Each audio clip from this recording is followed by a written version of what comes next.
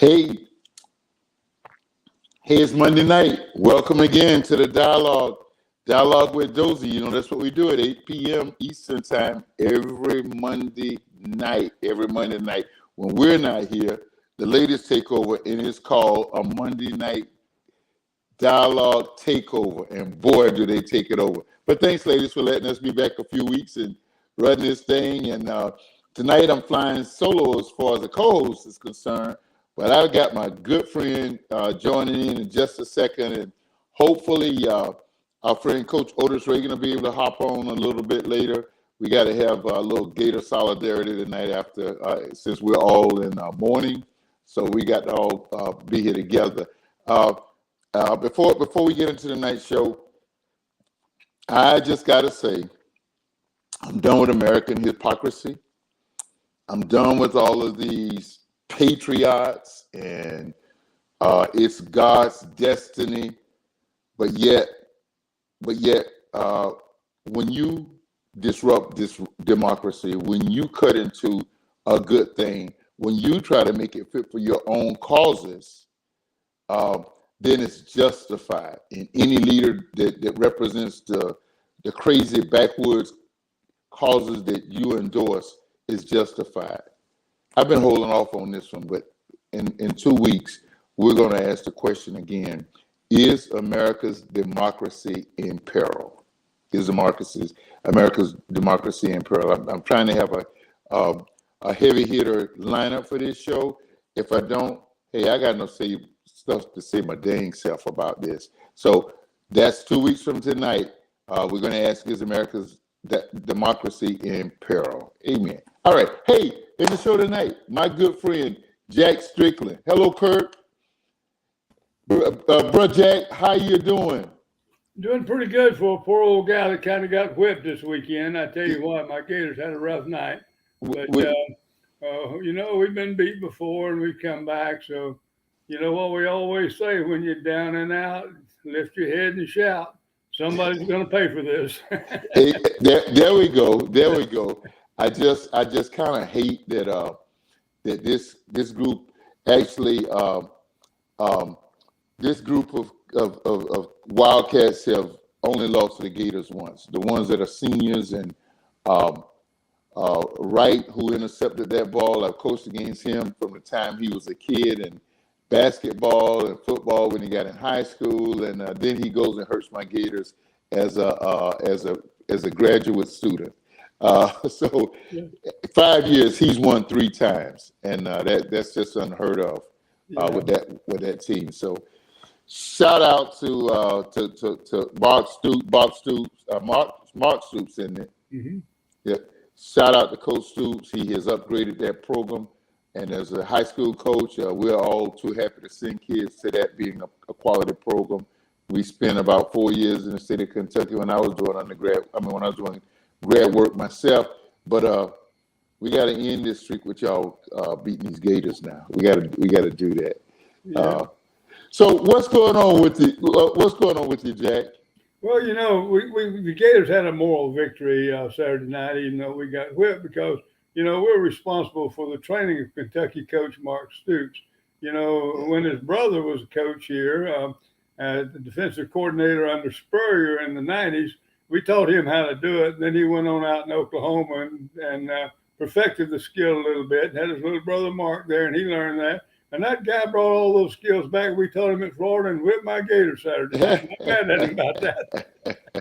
Well, I tell you, so happy for Bob having achieved the success he did after he left out in Oklahoma. Got with the quality program and did a quality job.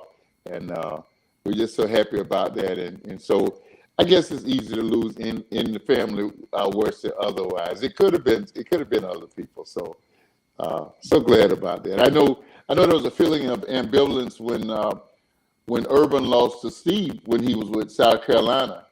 It was kind of like the end of the Urban Meyer regime. And, you know, a lot of people felt, you know, it's just like, okay, I'm just going through the motions now.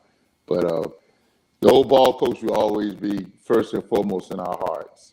Yeah, he's special for sure. If you're in games, we come by. Steve Spurrier grill and steakhouse here. It's got some pretty good food, but bring your wallet. It's expensive. Thanks for that warning, Jack. I'll only do it if I can meet you there to feast together.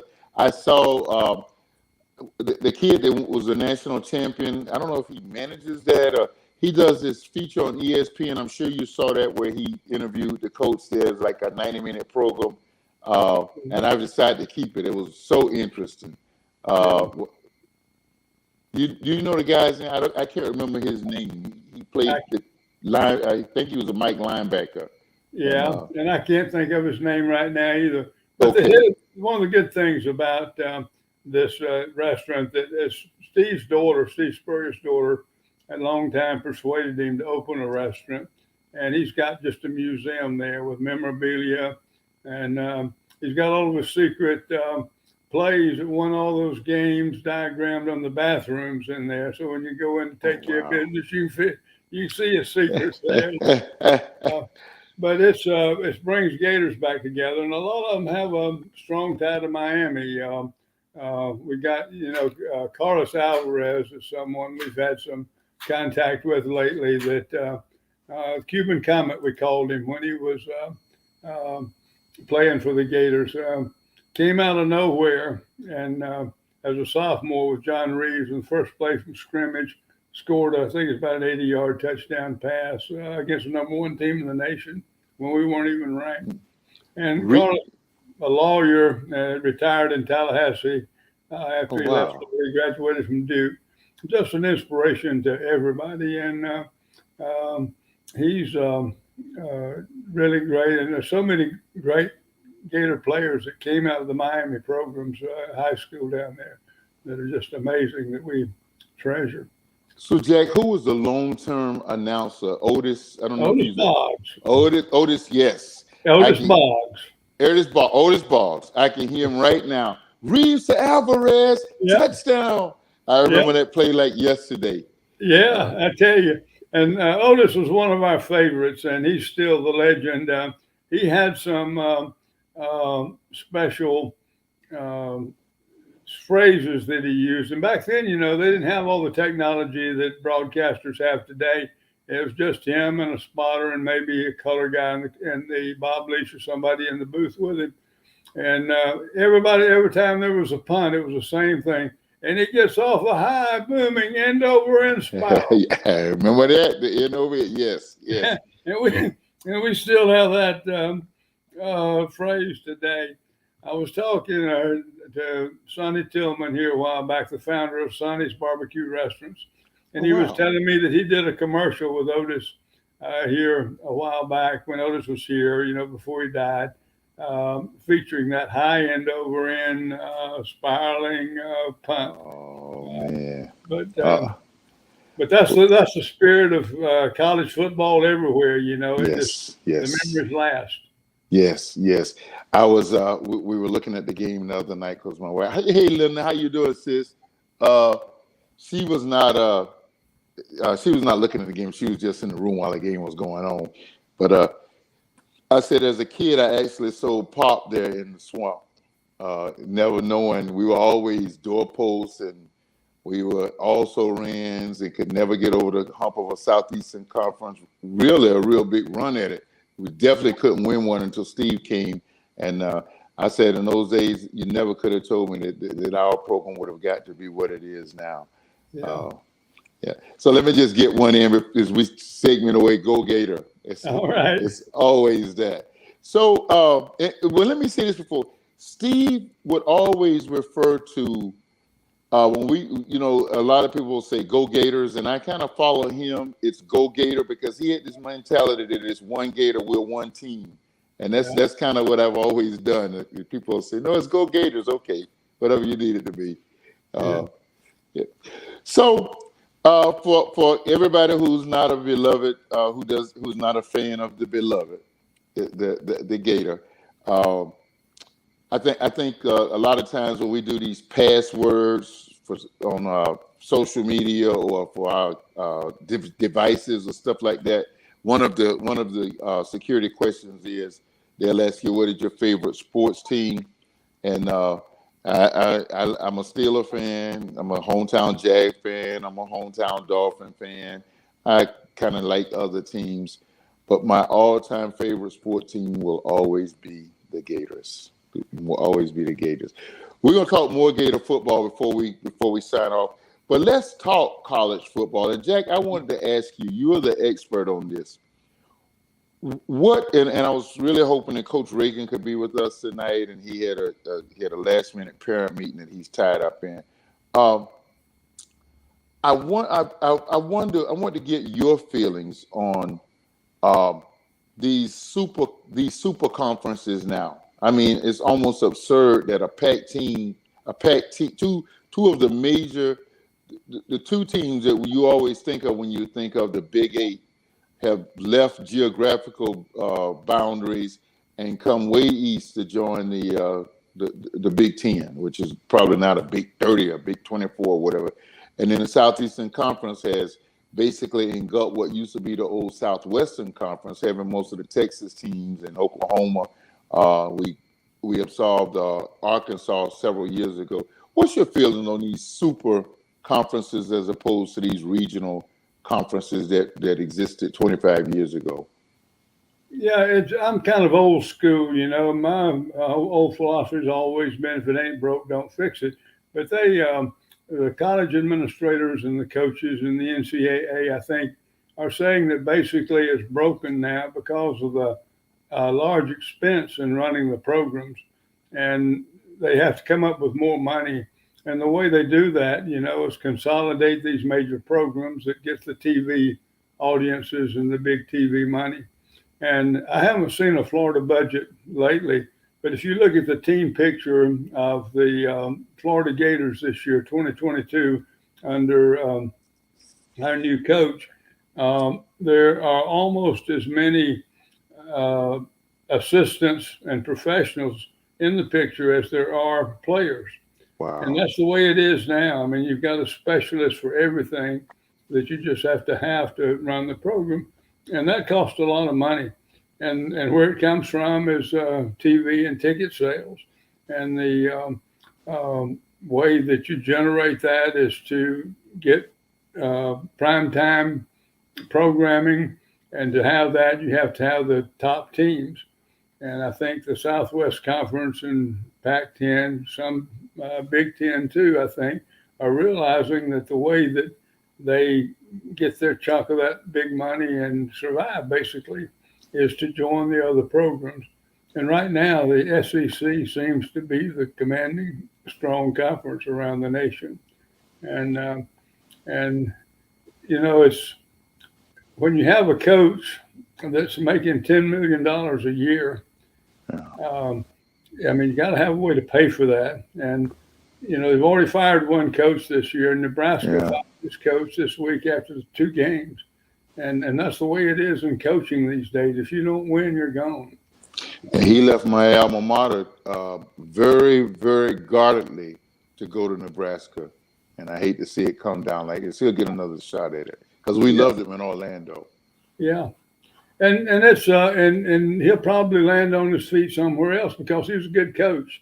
And you know, I liked it back when the football coach made more than the university president, and everybody was happy about that. Now they kind of resented it a little bit, some, but push it back. But it's and we have 2 coaches at least now that are doing sports commentary. One for ESPN and the other for Fox Network. So and they're making good money there. So there is a life after college football coaching for sure. And these guys will land on their feet somewhere else. Excuse me. Because they are good coaches. There's no doubt about that. But it'll be interesting to see what the SEC looks like, you know, after the other teams come in and how they divide it up. You know, I heard from a friend this week that we're looking kind of past University of South Florida, and the Bulls will be coming in on Saturday in the Swamp, and then the Gators go to Tennessee. And we have a rich history with Tennessee.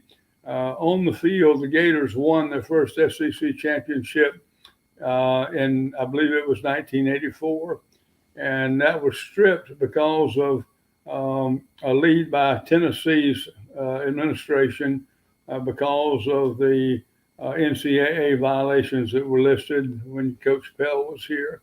Coach Pell was fired back then. Right. And the athletic director at the time was a guy named Doug Dickey, who had coached here at Florida. And his mentor was Bob Woodruff, who had been the head coach here, and he was the athletic director up there. Both of them had coached at Tennessee before they came here to Florida. Yeah. And Doug Dickey played at Florida too. So it's just the ties there, and this friend of mine was telling me, we got a chance to get revenge for Tennessee again for what they did to us back in 1984. And then in Spurrier's first year, we won the SEC championship on the field. I think it was 1990. And we got slapped on the wrist because of some violation before he got here the year before. And the penalty was that the Gators couldn't go to a bowl game that year. They had to surrender the bowl game. Well, we won that and the SEC championship on the field and had to defend it in the Sugar Bowl in New Orleans. And we couldn't go to a bowl game, so we couldn't defend it. So we couldn't claim SEC championship then. Wow, I didn't remember that. I do remember the stipulation about the ball game, but I didn't realize that it kept us. I thought that was back in the day where there was no championship game and you won the title by merit of your record, and then you got a bowl game. The SEC champion was locked into a certain bowl game, which was the Sugar Bowl, if I'm not mistaken, in New Orleans. But I didn't know that. Was that after we were playing the East and the West? We're playing for the okay, wow. And Spurrier still counts that championship, the SEC championship, when we won it, and they took it away.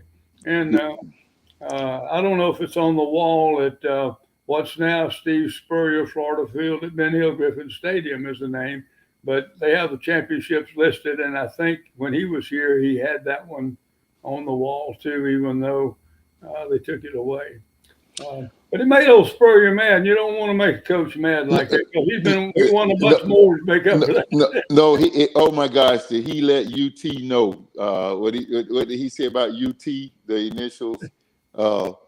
It was something about you. You can't say something without UT in the middle of it. You can't spell citrus without. Yes. Going the Citrus Bowl was backup bowl.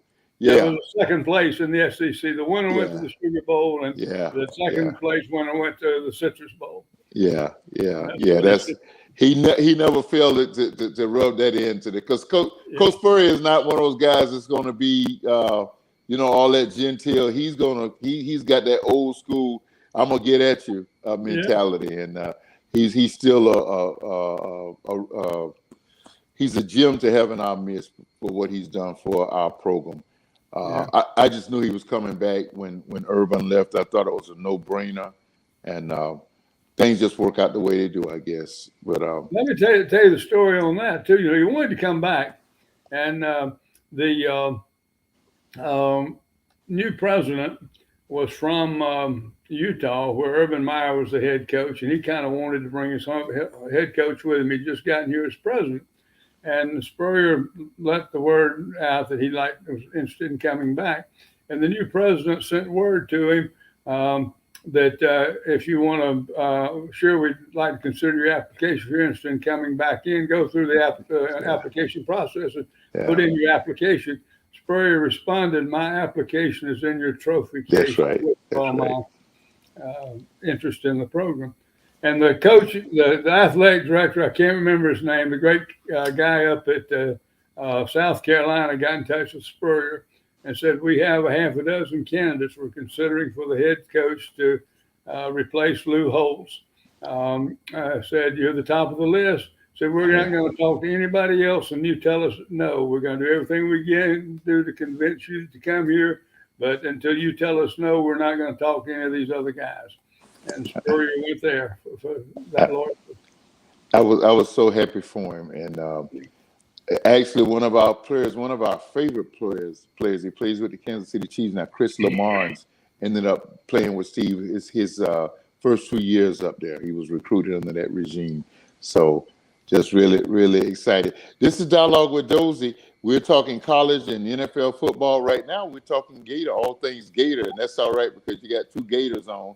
And if Coach Ragin does make it on, and if he doesn't, maybe halfway through the season we'll bring him on and we'll just assess where the Gators are at this point because he's a defensive coordinator for the Plantation Colonels, but he calls it like it is. He's pretty down on some of the quarterback play and that kind of stuff. Jack, I want to ask you, speaking of quarterbacks, and I don't mind that this is what we're talking about because I could talk Gator football 24/7. Who was the greatest Gator of all times? And it didn't have to be talent, but just the outright greatest Gator of all times. Man, it would be hard to say who that would be because there's so many great ones. Chris Collinsworth was really great in the early 80s. I think 79 was his first year.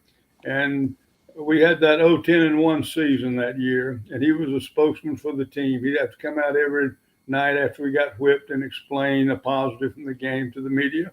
And he developed that skill that's gotten him as one of the best broadcasters in America now. But on the field as a leader and a player, he was good. You got Jack Youngblood, the tight end, defensive end that was so good, has got to be up there. Emmitt Smith has got to be great. And you got, of course, Timmy Tebow there, and Danny Warfel won the Heisman with Spurrier. Spurrier would be at the top of the list. There was running back here in the early 60s. I'm kind of partial to Larry Dupree. Larry Dupree. In Baker County. Was just fantastic. And we got a couple of big linemen that played. Lomas Brown. Really, good. He went on to play in the league with the Rams or the Lions or somebody. Yeah. I remember him. Yeah, one of the best there. Well, I don't know, like I said, it won't necessarily be skills because amazingly, he has not been able to have an NFL career, even though he won a playoff game. But I just say when I think of the greatest, I think of the whole piece: the leadership, the grit, the victories, the championships, but just the heart of a program. And with that, I have to go with Tim Tebow. I just think that I mean, I was kind of like, who was the kid, Tebow's freshman year to play quarterback, went on to be a high school coach for a while. Chris Leak, maybe? Chris Leak. I was really, when they came up with the idea of I said, well, this kid is so good. I'd heard how good he was at Nice. I said, if he's so good, why don't they redshirt him this year? Why are they bringing him on and wasting a year? You got Leak. But when I saw that kid's talent and his grit, and it only developed and grew on, and I'm just so glad that he's the kind of Christian fella whose backbone is center. A lot of people would be devastated that he hasn't been able to catch on in the pros. And shout out to Coach Meyer for giving him a shot at tight end last year, just to get him, because he knew the value of having a quality individual like that on his program. But I think what he brought to the program was just. And how is it that his arm is not sufficient in the league, but it was sufficient to beat my Steelers in that divisional round of the playoffs that year? Had they not brought one of the greatest Hall of Famers, Peyton Manning, in, he probably still would have been quarterback. Yeah, and it's amazing. And I don't know, but Chris Leak played a large role in my estimation of the development of Tim Tebow. Timmy was behind him, and Chris Leak is just a super guy, and he seemed to help mold Timmy Tebow into the great quarterback he was, and Heisman Trophy winner. And somebody who can't forget about either is old Wes Chandler. Oh, yeah. So, when we were playing, they used to say if you could touch it, you should be able to catch a pass. If you could touch it. With West, if you could see it, you better catch it. Yeah. That's right. West was from New Smyrna High School. Yeah. So when I was a policeman in Daytona, whenever before I knew where New Smyrna was or whatever, whenever I heard New Smyrna, I said, oh yeah, that's where the Great West Challenge from. You mentioned Doug Dickey earlier. The thing I liked about Doug, and I know my dad had issues for him coming from Tennessee and coming to Florida, but Doug did more with that wishbone than I think even Texas, who invented it, Darrell Royal, did with it. He broke the bone and did so much stuff with it, and I just thought he was a great. And if I'm not mistaken, West Chandler, did he play one of those? I know Dupree, and who played fullback on that bone? It was Jimmy DeBose. Jimmy DeBose played. Okay. Yeah, West was a wide receiver. Had old Tony Green in the backfield. Tony Green, yes. Was really great. Don Gaffney, quarterback. That's from quarterback names. And Don's brothers were there. Warren and Reggie and Johnny. Reggie went to A&M. I'm sorry, it was the Derek and Warren. Johnny, and Don that played. But the story with Reggie was he had been playing in a baseball league with Hank Aaron's son. Hank was chasing the home run record at the time for Atlanta, and they became good friends, Reggie and Hank Aaron's son. And Reggie and Hank Aaron's son was going to Florida A&M on a baseball scholarship. And Reggie wanted to go play with him, so he went up there and played and got to be there when Hank Aaron won the home run past Babe Ruth's record and all the hoopla and thrilling that was. And so Reggie made a good decision. We make him an honorary Gator. He's a real good guy. That's a good thing. That's a good thing. Yeah. Linda, we're going to talk about football. We're just doing we're having a moment of nostalgia talking about those Gators right now. Of course, Don was, I was doing quarter-by-quarter recaps for the Big 8, where the Greaseman had his fame at that time. In fact, I did them on Friday nights when the Greaseman worked 8 to midnight, and I did those quarter-by-quarter recaps of his games. And I would always find myself following Reigns. So Don was 2 years ahead of me. I would follow Reigns because it was always going to lead to that showdown with Reebok. And I remember they came from behind, kind of like in a game like the Gators the other night, how the way Kentucky kind of held on and came back. And I'll never forget legendary coach Jimmy Johnson. It was no rah-rah, it was no hollering, it's just guys. And I tell you, if you put in the work and you go out and execute and you have faith and believe, the game will be yours. It was just the most profound thing I'd ever seen from a coach. And that was Don's senior year. 72, I think he came out. So had opportunity to talk to Coach Charlie Strong, went to UM's camp and had a great conversation with Charlie Strong. And had a great guy he is. Awesome guy. Awesome. Even off the field. No better coach in the world, no finer person you'll find anywhere than Charlie Strong. Yeah, awesome job he did there at Louisville. It was a little tough for him in South Florida, but just an awesome job there at Louisville. Listen, we're going to go to a break, and we're going to come back, and we're going to just kind of do a hit of college football, and we're going to go right into the NFL. Is that all right with you, sir? Sure. Okay. That's fine with me. All right. Thank you. A word from our sponsors.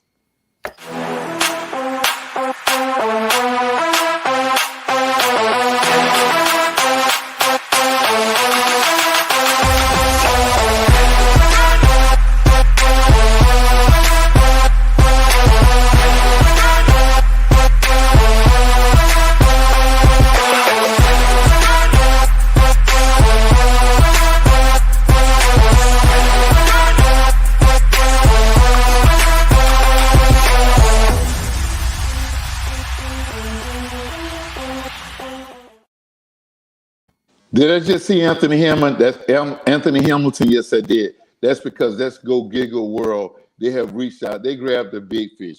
Why don't you let them catch you and produce your virtual work? Why don't you let them do your website? They'll do graphics for you. GoGigaWorld.com. Go ahead and contact them and put yourself in first place. Thank you, team. Tonight we're going to do a shout out,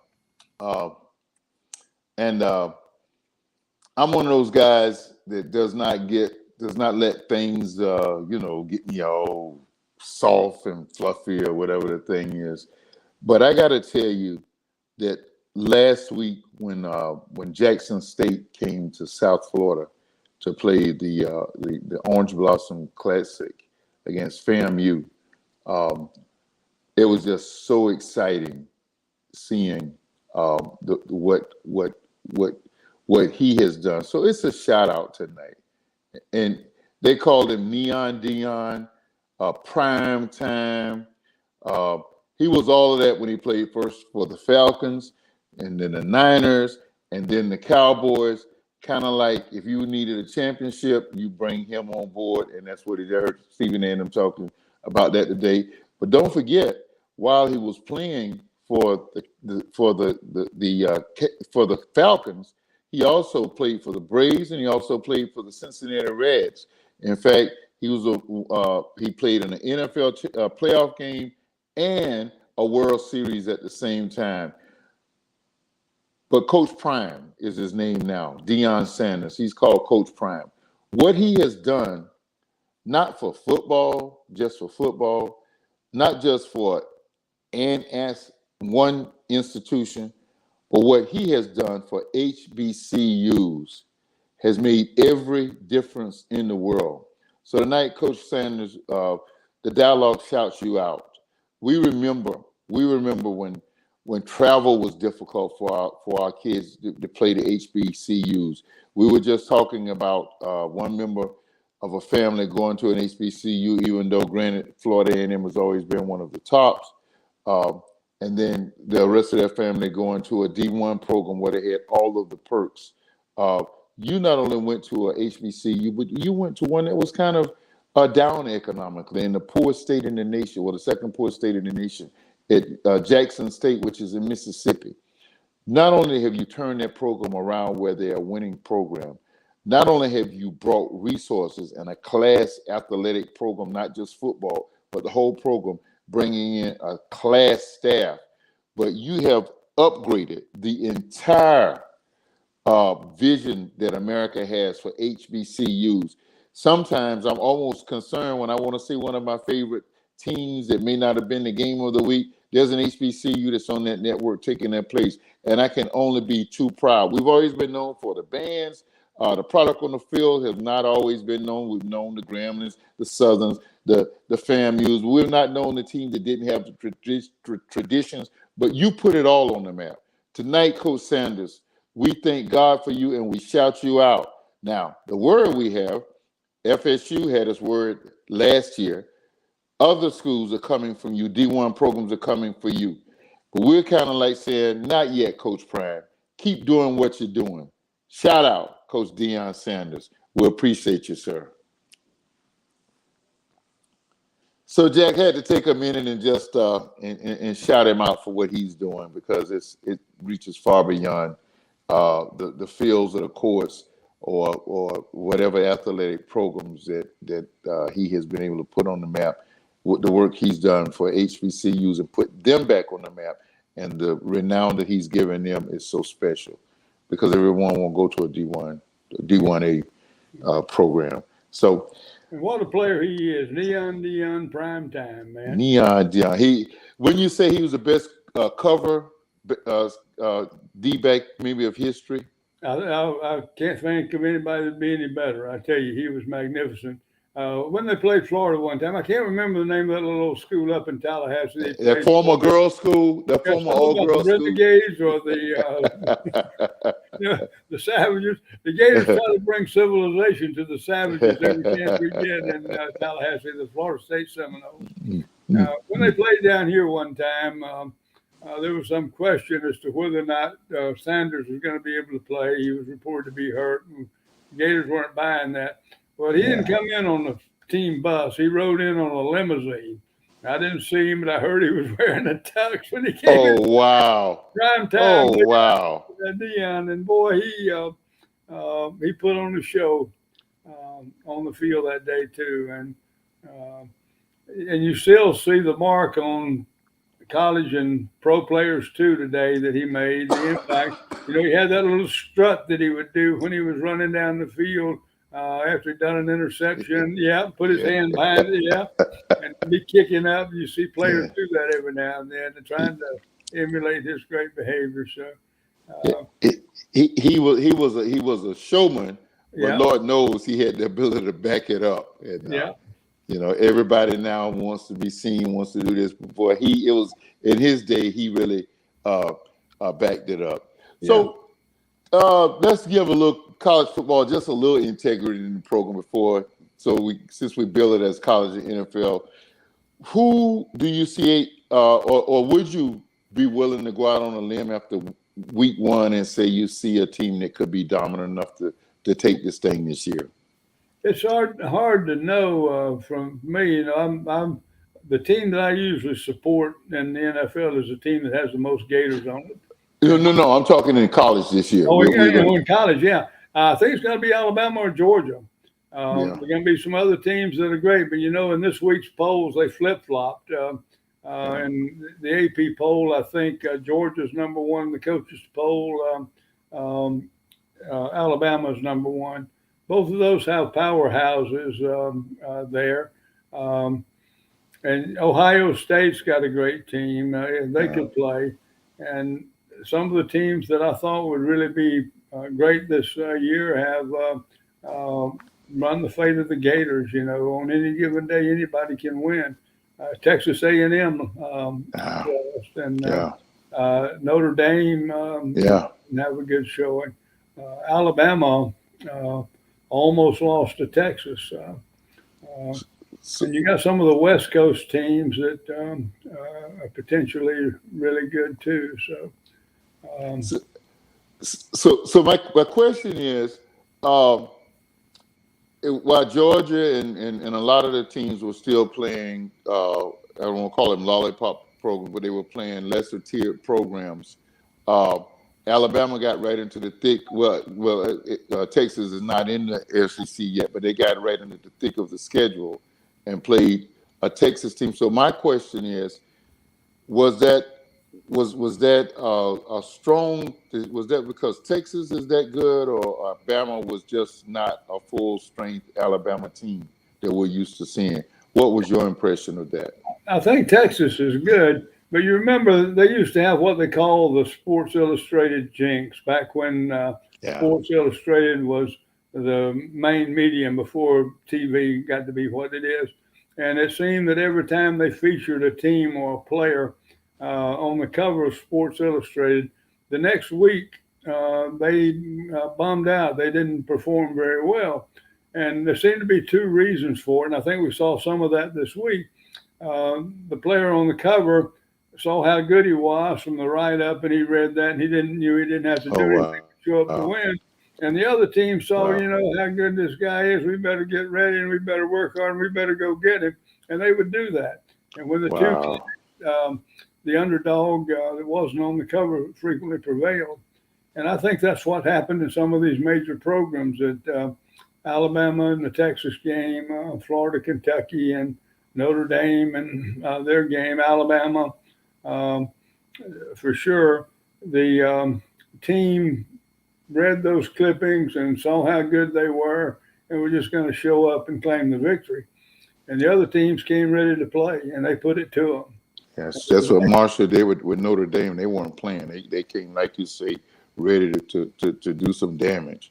Yeah. The Texas, I give Texas some credit because they were down, but they put that field goal up in the last minute against, if they'd been playing against anybody other than a Brady-like program, they may have held on to win. But I knew that was too much time to leave Bama. Yeah. A minute and 13 seconds. I knew that was too much time, that last second field goal. So I guess you could say the good teams always find a way to get it done. And that's college football, too. On any given day, any given team can win. And we're talking about, Deion Sanders and the great job he's done. And I'm thinking of old Dizzy Dean, the great baseball player and a sports commentator that used to broadcast big league baseball games. And he used to say, if you can do it, it ain't bragging. And Yeah, Deion that's Sanders right. can That's sure right. do Yeah, it. I know you're right. I Yeah. know you're right. So I was looking at First Take today, and Stephen A has a rotating uh, guest every day, and Mondays are called Michael Irvin Monday, Michael's Mondays or something like that. And they were showing all of his clips as the playmakers, and man, I sure thought. And Mike's right here from Fort Lauderdale. Um, I say, man, what a show off he is. But man, he too could back up. I was looking at that montage there, and I was remembering him. He could do it, and he carried it on to the pros. He carried it on to the Cowboys, and I just my shout out to him. I want to ask you about the transition to college from pros. I mean, to pros from the college for coaches. Some have made it, some didn't make it, and some just never had what I say was a full chance. I don't think Urban had a full chance. He made some mistakes that cost him that maybe could have, if he was winning, maybe they could have been overlooked to give him a chance. Down here we had Saban.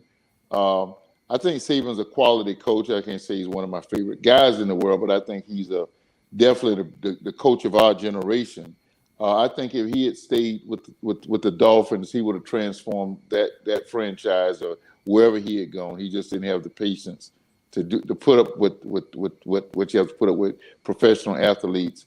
Um, how for every Jimmy Johnson, there's three who didn't make it. What's your feelings about it? Killingser, Clint with the guy in Arizona, he's been successful. What do you think that the college program is a decent breeding ground for the pros, or those guys need to come up as assistants and work their way through the NFL system? I think it can work either way, man. I think it's a real transition from a head coach in college where he's got total authority usually. Mm, Maybe he has to answer to the president and the athletic director, and the fans play a role.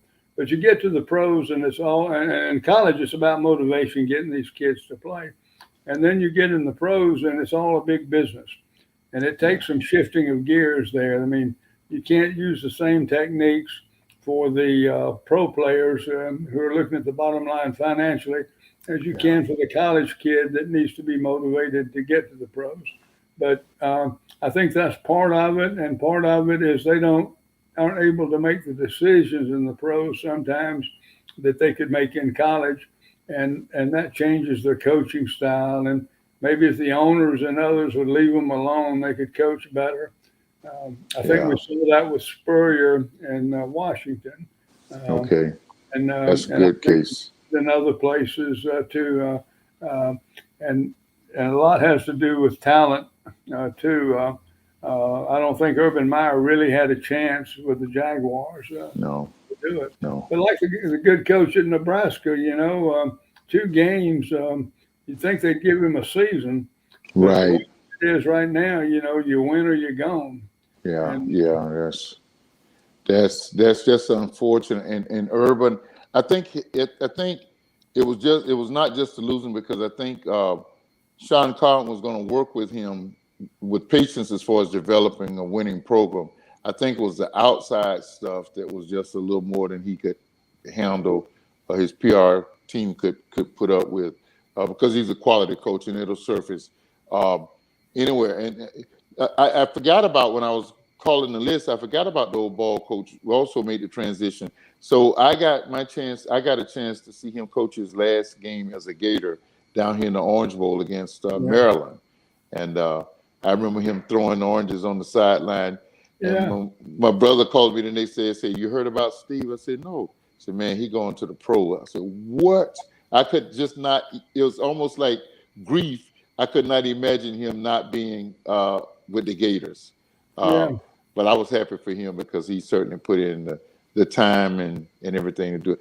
Let's so you like Bama, you like Georgia. Do you see any dark horses that could creep up into that tier? Now, I didn't say I liked either one of No, those no, schools. yeah, no, Yeah, yeah. and I We're do. together, I'm Jack. kidding. We I'm despise kidding. both of them. Both of them. I'm, yeah, I'm kidding. I get a Yeah, lot I of know. rivalry from them, the fans there, and I have close ties to several people in the programs, and they give me a hard time. Boy, I tell you what. But I do love the program. So don't tell anybody but your listeners that. I feel you. I But feel you. I think that when it comes down to it, it'll surprise me if Alabama and Georgia aren't in the mix for the national championship, and they'll cancel one of them. They'll cancel each other out. One of them will lose to the other in the SEC championship game, and may eliminate them from the BCS playoff. But I think they may well be the front runners. They tell me that Ohio State's got a program that can really go strong. There were 8 SEC teams in the top 20 this year in the polls this week. Florida fell down to about 2018 and 20, I think, in the Okay, poll. that's not horrible. Yeah, That and but uh, there are several of them uh, that I haven't followed very closely out on the West Coast and and in the Midwest that are going to be contenders, I think. But um, the thing that's so good about college football for me is, anything goes. What you think is going to happen today may look entirely different next week. And as the season um, develops, it's hard to guess just what's going to happen. But um, Florida's um, could have won this game this past week, and they should have won this game against Kentucky. But by the same token, they were just an interception away from losing to Utah last week. right, That right, interception at the last, I mean, that could have been a touchdown just as easy for right, Utah that would have won the game for them. So right. it is a game of inches in football, Yes, it is. Yes, it is. Yes, and it it's is. really great So, to see so, these kids develop there. so the league is going to be asking for its own program because we've been kind of buried in college football. But because I want to ask you two other questions before we get out of here, and I'll just ask you one question. Um, how do you like the expanded playoff format? I think it's probably good. I think the more teams that are involved, the better. And of course, you got in college football, the bowls have always been a major part of the program. And those cities have made investments in their bowls, like the Gator Bowl in Jacksonville, the Sugar Bowl in New Orleans, Peach Bowl Yeah, in Atlanta, Orange Bowl in Peach Bowl in Atlanta, the Orange Bowl down in Miami, and I think there are about 26 bowls now, and they need to be preserved, I think. But there needs to be, I think, a playoff system that involves maybe a dozen of them and a dozen teams instead of just the four that they have now. And yeah. it seems to work okay with the four bowls involved, and I don't see why it couldn't be done there. And the What more the, it's been done, Jack, to they say by 2024, was it 2024? 2024, it goes to the 12-team format, but it could happen before then. They're saying it could happen before then, but certainly by 2024.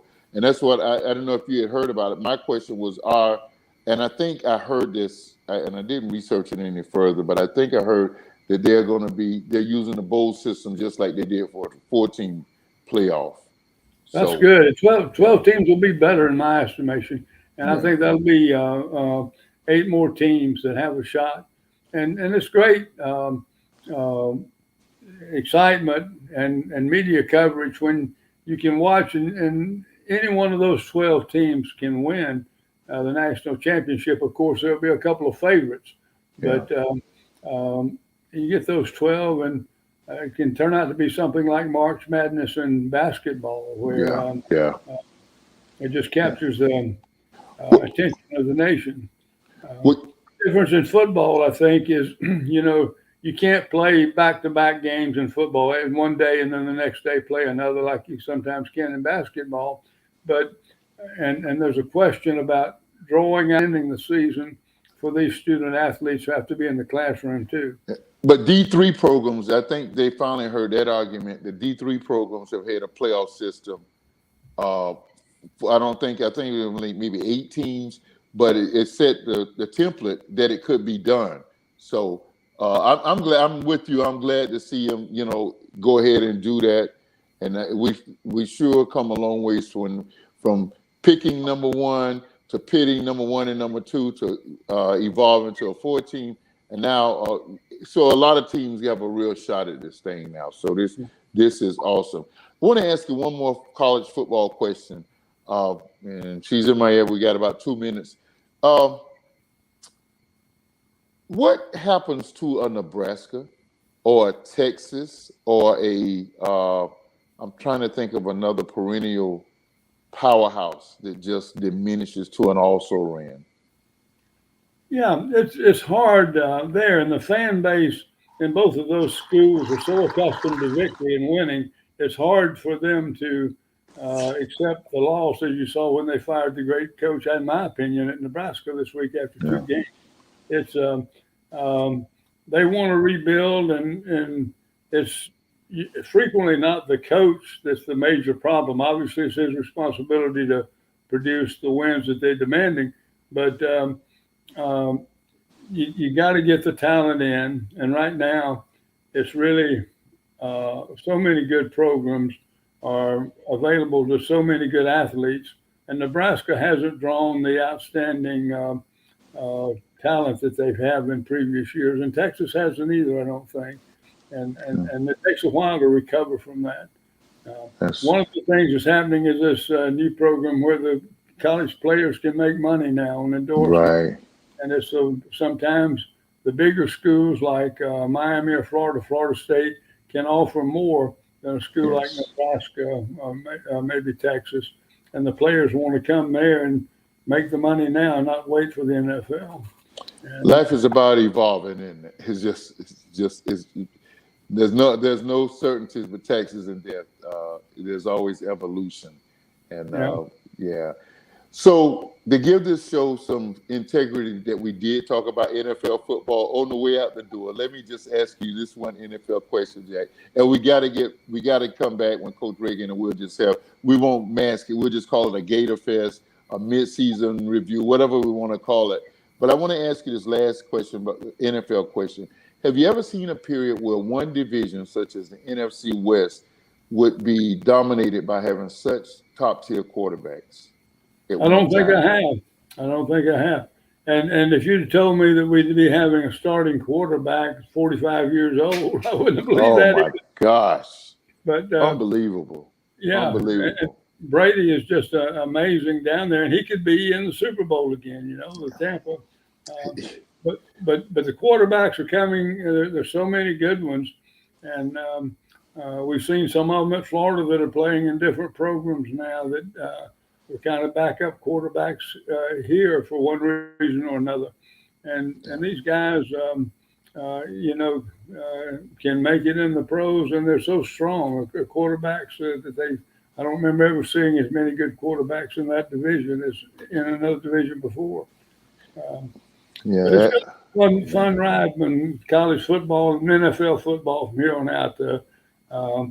NFL's got some tremendous talent now, and it's going to be fun to watch this kind of sift out and watch the cream come to the top this season in the NFL. Jack, you are always so gracious to come when we ask you. Would you agree to meet us again at the halfway point when we got another good Gator on and Coach Ragin? And it's always a pleasure to see you. And I'd just like to, do a shout out before we leave with all of these great people that watch, especially your handsome, wonderful brother. He's actually down here in a training. He's training. He does a police diversity training, and he's in a training right now, as a matter of fact. And he'll be back week after next. So yes, I'll let him know. He introduced us, and I'm gonna let him know I've stolen Jack several times, and I let him know earlier you were on with us tonight. So he's let him know that I talked with our good friend Calvin Thomas, who's been on your show earlier. Sure will. And I, he I was agrees. He I was with agrees Uncle with. Calvin last week up in Jacksonville. So Yeah, he yes. was telling me about that, and he agrees with us that what I always tease your handsome brother. We know the women always told him he's better looking than we are, but you know how them women lie. Absolutely, absolutely. And Lord knows his head don't need to be blown up anymore. Maybe we'll make sure he's on when we do, Yeah. because he's Well, it's not a so good to Gator. see you. My blessing, Jack. Thank you so very kindly for joining us tonight, and thank you for your willingness. We'll be back at it in a few weeks and kind of assess where we'll look at college football's progression, maybe at the midway point. All right. Well, I'll look forward to it. Thanks, Jack. God bless, man. Appreciate you wholeheartedly here. God bless you too, and thanks for all of your wonderful followers there. Thank you, sir. Thank you. Okay, that's it. That's tonight's show. We've had a great time.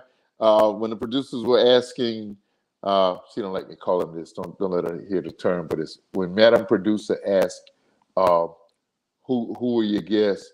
What was the title of your guest? I say, well, Jack he is a sports fanatic, not a fan. We're not going to shorten it to fan. He is a serious sports fanatic, but he is a Florida Gator savant, meaning he's a par excellence authority. And if I ever have any questions about what's going over in Gainesville, I know all I got to do is pick up the phone and Jack can answer it. So we hope you enjoyed the night show. We next week we want to talk about voting. We want to invigorate a brand new segment of people who never voted, who've heard all of the things about why you don't vote. We want to bring them on, and then week after next. I can't duck it any further. We're going to ask the question again: is America's democracy in peril? Dialogue with Dozell. We're so glad you joined us tonight. Brought to you by moregogiggacreations.com. God bless. We'll see you next Monday night at 8 o'clock. Take care.